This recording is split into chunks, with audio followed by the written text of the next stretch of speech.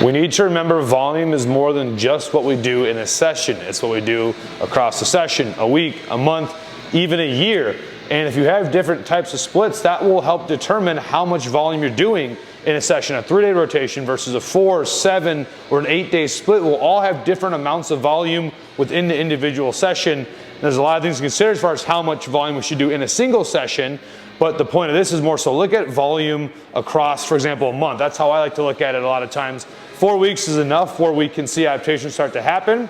It's a long enough time where if we start to accumulate too much volume per week and per session, that will add up negatively. We're also maybe realizing that maybe we need more volume and we can add. So if we look at it more from like a month perspective, remember, because volume can be accumulated and distributed so many different ways over so many lengths of time, we can now reverse engineer how much you need to do in a single session.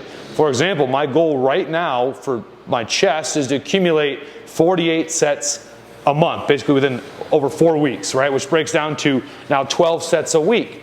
Well, if I did one session for 12 sets, for me, more than about 8 to 10 sets a session for that one muscle group is too much where I see diminishing returns. So that split frequency is kind of off the table. If I go, okay, twice a week now, over a 7-day split, I basically have 2 chances times 4 weeks, so 8 sessions. That would be 6 sets a session. That's not a bad way to do it. That can totally work. The way I have it right now is across a 5-day split. Push, pull, arm/delts, legs off. So that's a 5-day split, which means I'll hit that rotation 6 times over 30 days or about 4 weeks. So now if I had 48 total sessions and I have 6 rotations, right, then that breaks down to 8 sets per rotation. So in my session today, I did 8 total sets of chest. It's still within my threshold of a maximum of about 8 to 10 sets before I see diminishing returns within that individual session.